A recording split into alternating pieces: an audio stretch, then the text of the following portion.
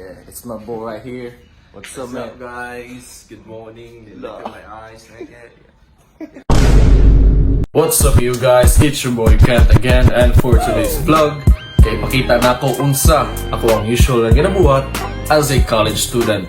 Ala, bani ko.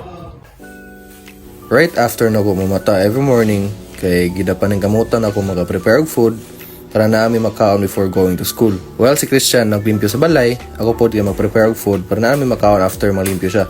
Kaya ambot lang pod bitaw gaw lahi ra gyud ang eskwela kang anay sulod imong tiyan. Usually good ginaapay sobra sa suda na mo kagabi, so moro akong initon pagkabuntag.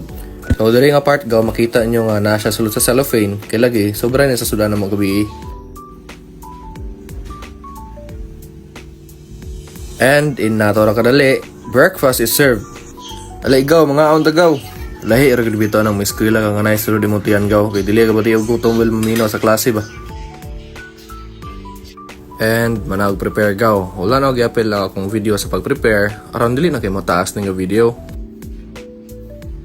So mosakay na ko sa akong motor no, pero diri gaw wala na ako naka-video sa akong pag-drive kay lisod kay i-drive din clutch akong motor. Nihapit pa ko diri sa boarding house sa akong classmate gaw kay naa daw mi ipaprint daan nga requirements nga dalaw na mo inig sulod. Mao din ni amo ang ipa-book bind gaw na mi diri sa shop. Kaya aron mapasugdan na mo gama. Sa walay paglangay, wala na. Nanako sulod sa mong campus. Paingon ako sa mga room gaw. Thankfully gaw, igo ra gatayon si sir. Then tabi-tabi gamay. Then yara pa may gibuyan dayon. Mao din ako ang snapping amigo gaw. Gahay ka na. Magbuwang-buwang dyan na. Magluba na. Since naanak man sila nga wala mong instructor ng hapon, mo to nag-decide na lang nga mangulit na lang. Wala naman may klase pudlain. Then mo to gaw, nag-decide mi nga mukaan rin gamay na lang. Aron magawin ako nagkaon ba yun, makaon po ko balik, yatay manambok nito ko nagdamot. Ambot bitaw nga, lamit mo dyan yung sige ragkaon ba yun, madani po kabag na yung makita nga magkaon. Mga natugaw, ulit na ko, nana ko dres tulay ba traffic, kita kay one way, guba mo daw ni God. Mga natugaw, naabot na ko dres sa balay, pero before mo scroll gaw, nasa ko i-promote nyo nga dula. Thank you kay gaw nga imo dyan yung na itong video, kung naabot ka aning apart.